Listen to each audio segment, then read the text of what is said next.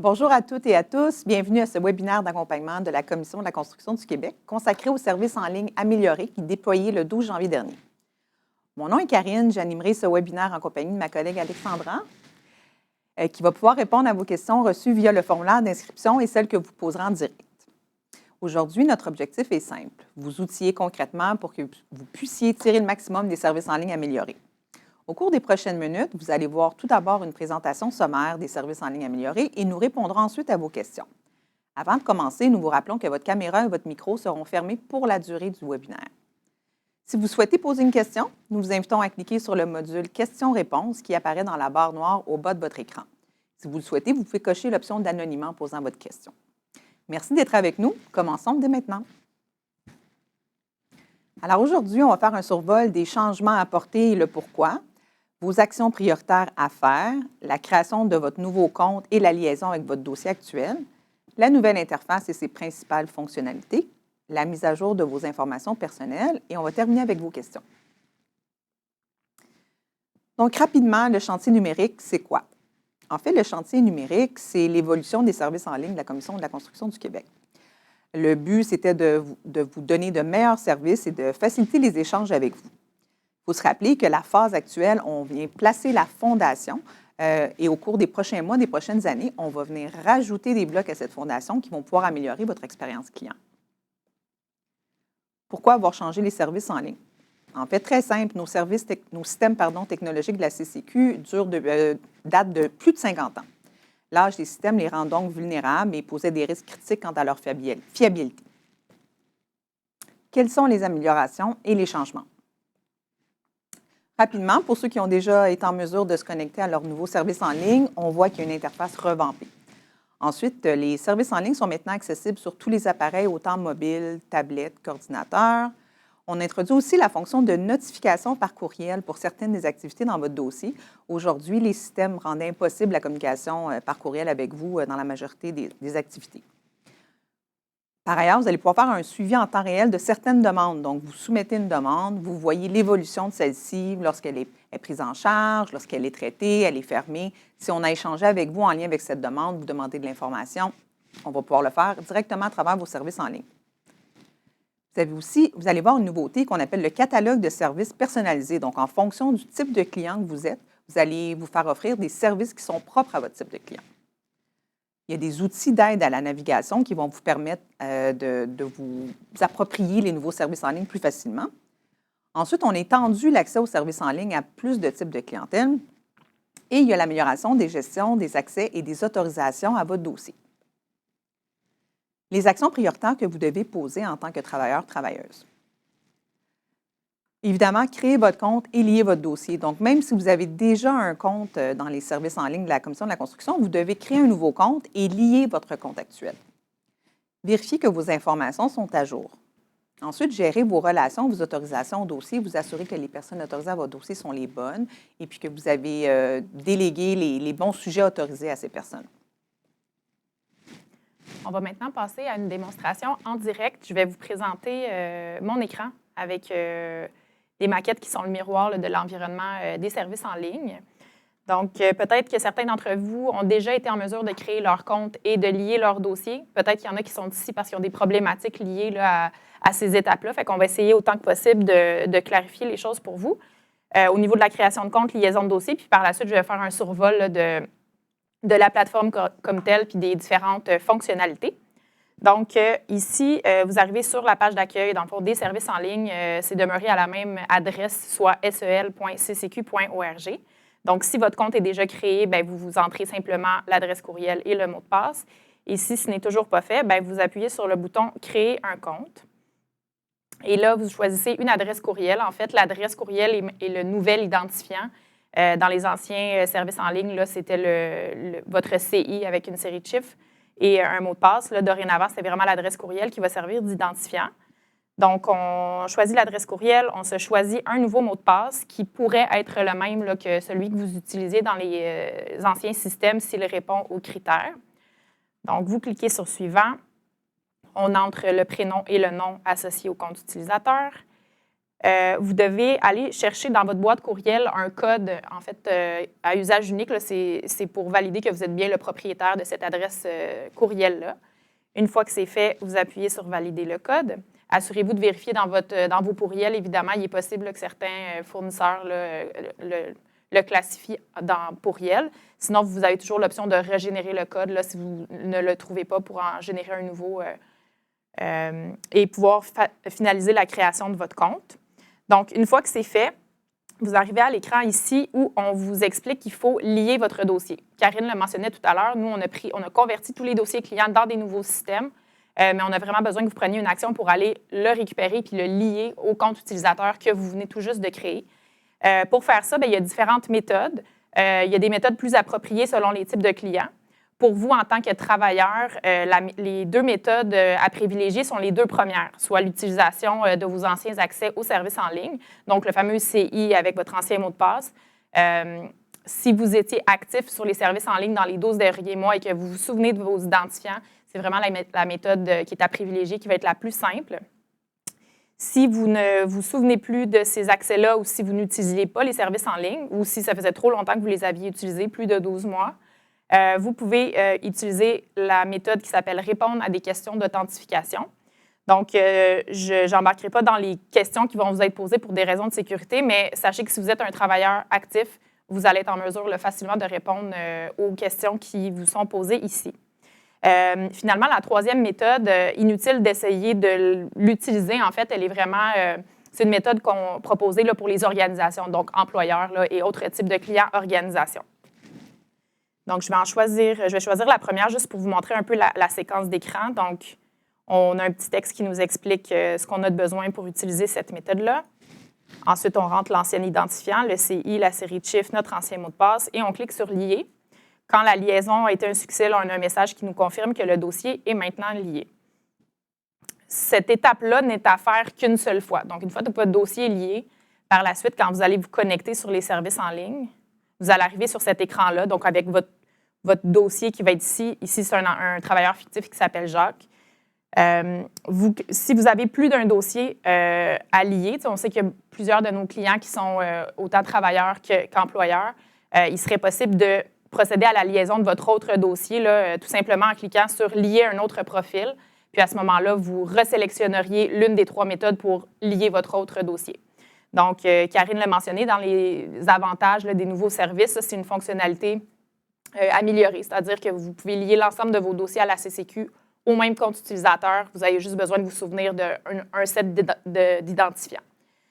Donc, voilà pour la création de compte, liaison de dossier. Si jamais vous avez rencontré différentes problématiques de liaison, les réponses aux questions ne fonctionnent pas, vos anciens identifiants, vous êtes sous l'impression qu'ils devraient fonctionner puis ça vous met un message d'erreur, vous pouvez toujours nous téléphoner. Les lignes ne sont pas si achalandées que ça. On pourrait penser là, que dans le cadre de notre lancement, là, les temps d'attente pourraient être longs, mais c'est quand même assez raisonnable. Donc, on va pouvoir vous aider là, si jamais vous avez des problématiques.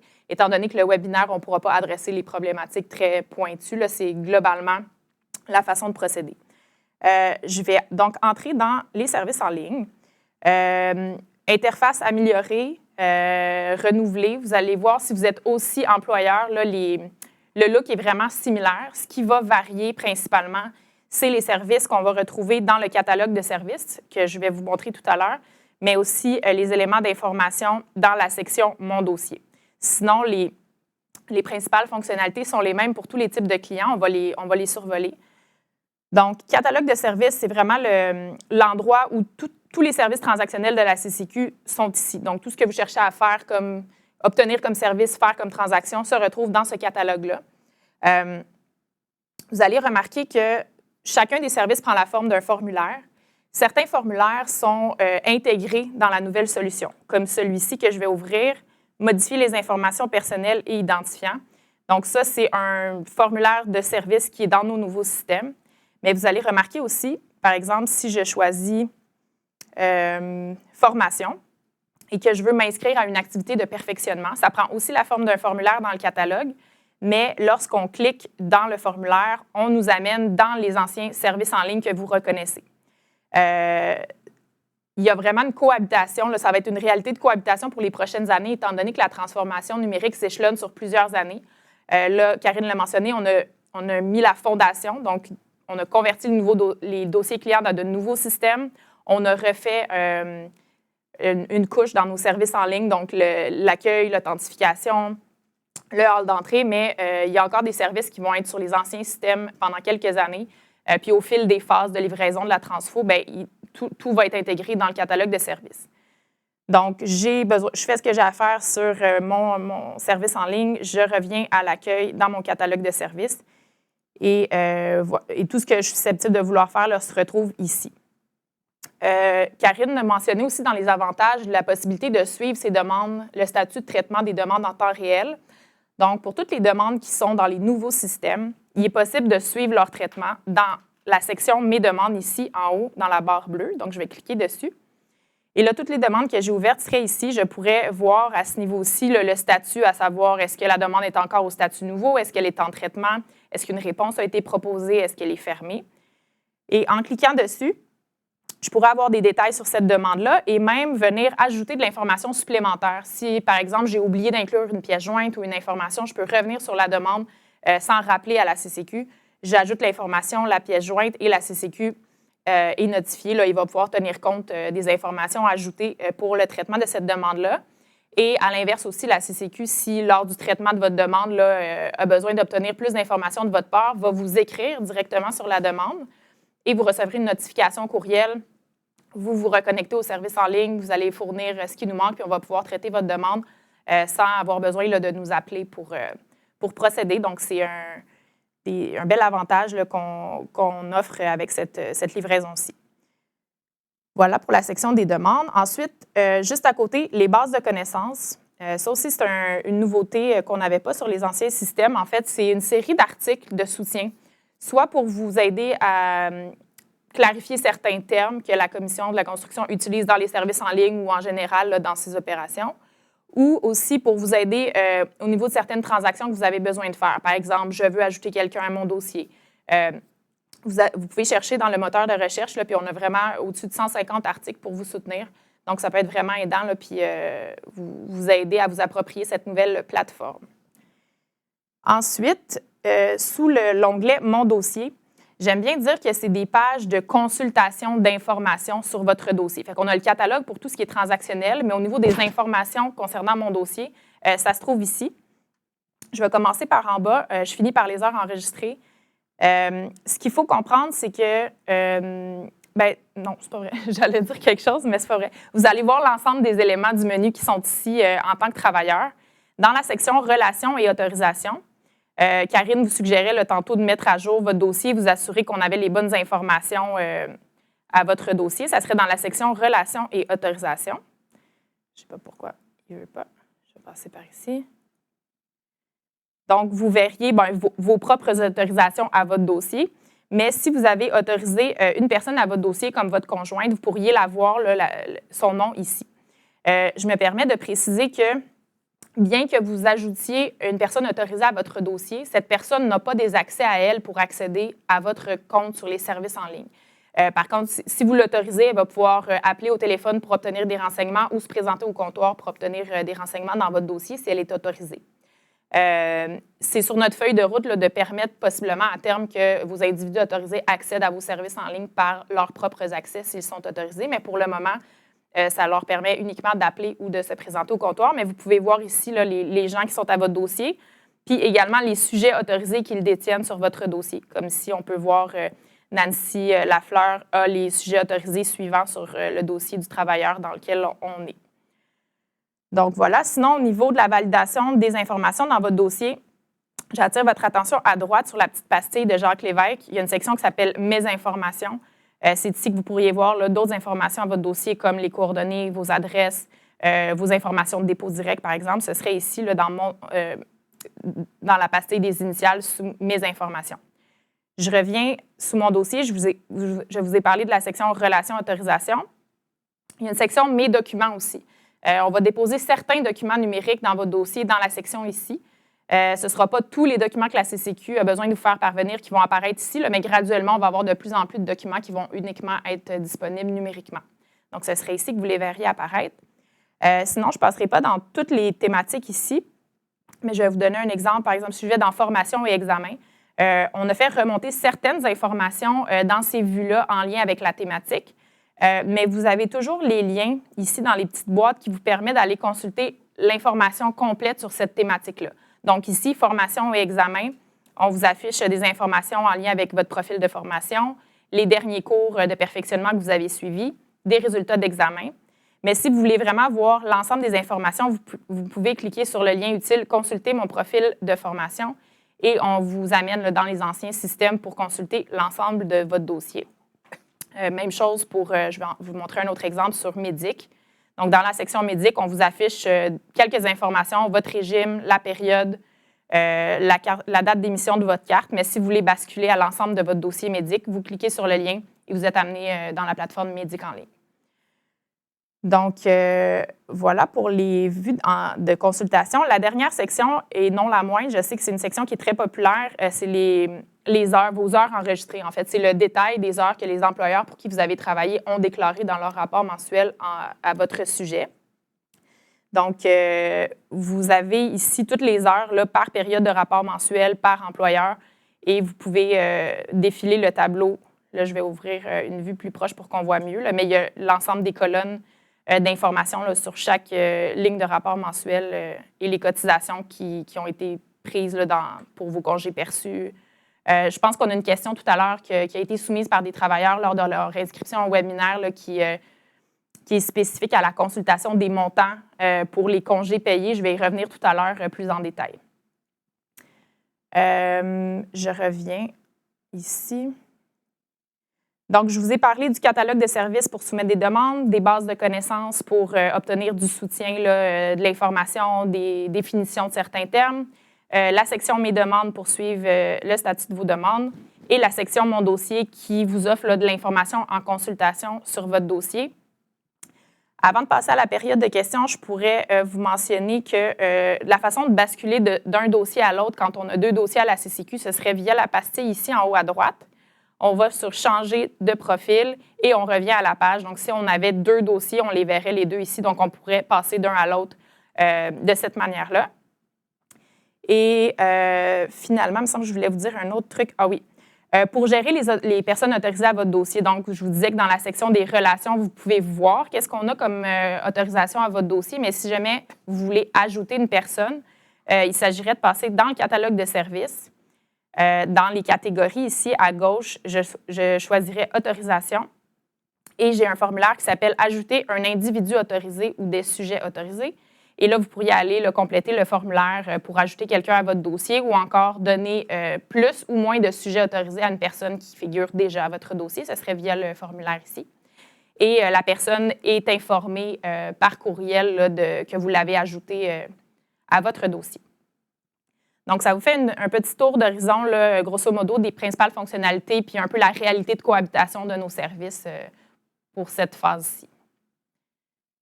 Donc, on peut passer à la période de questions. Merci beaucoup, Alexandra.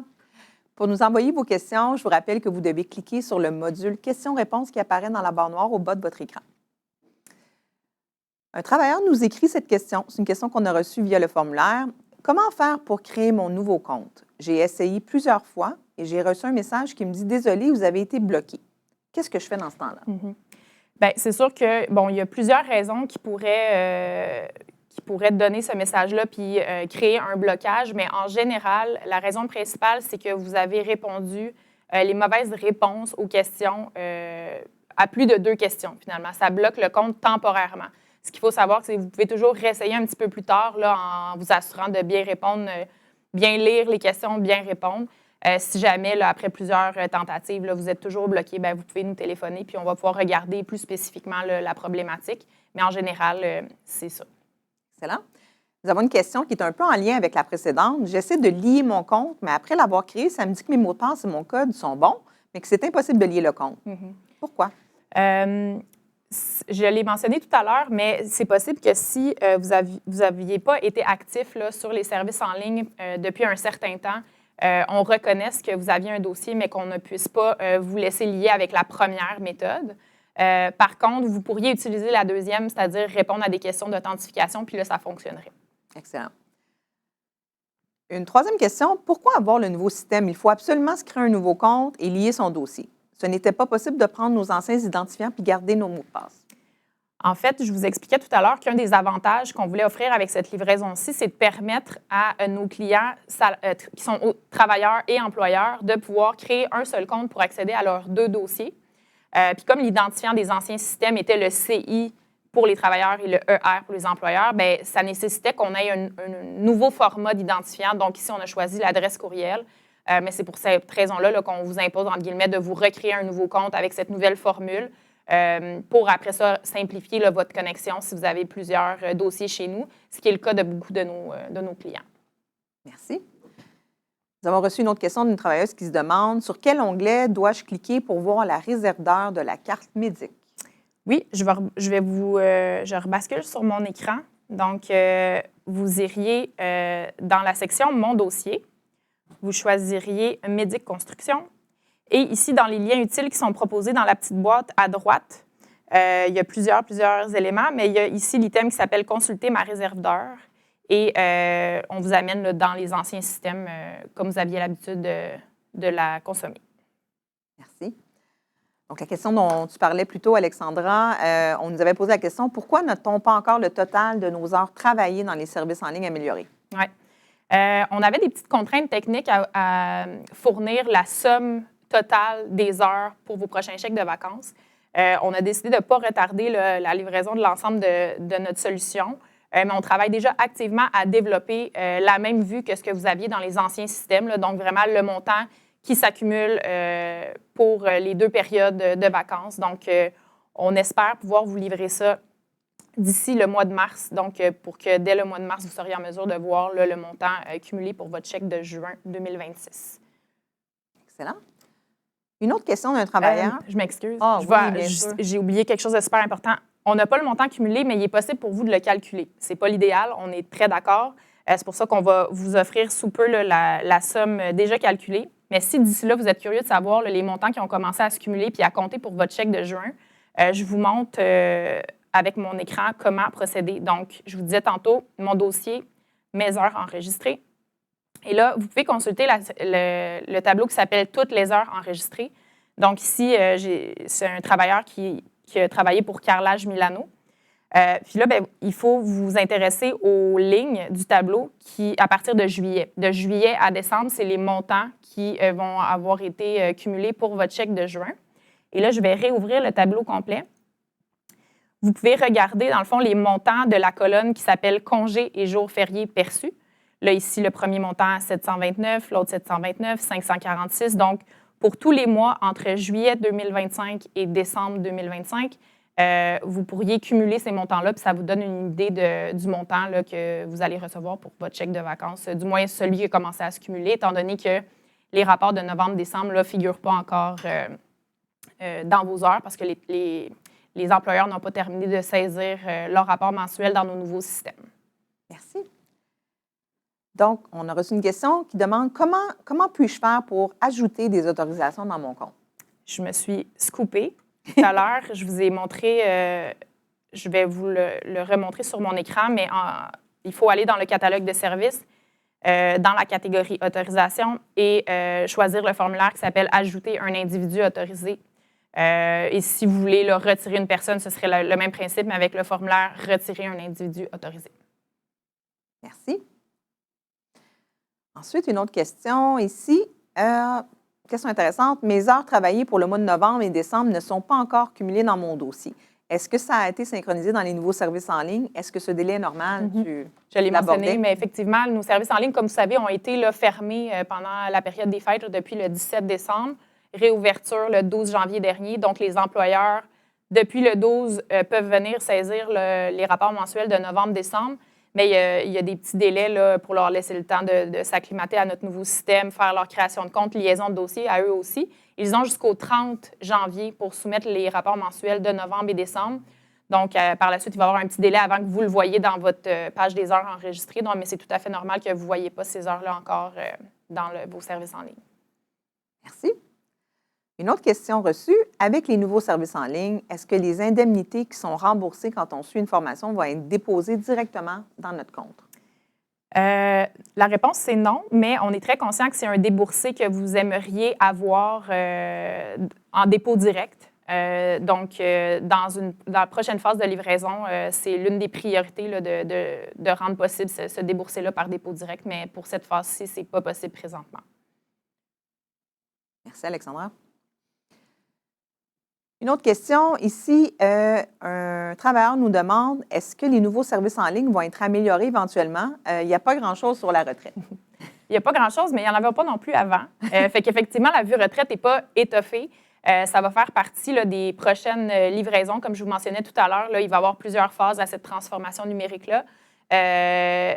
Quand on va être rendu à la phase de la retraite, la vue que vous voyez là, sur les services en ligne va être bonifiée. Entre-temps, si vous avez des questions spécifiques à votre dossier de retraite, je vous suggère d'utiliser le formulaire « Contactez-nous ». Je vais vous montrer où il se trouve. Donc, toujours dans le catalogue de services, si je vais dans la catégorie qui s'appelle « Nous joindre », j'ai le formulaire qui s'appelle « Contactez-nous ».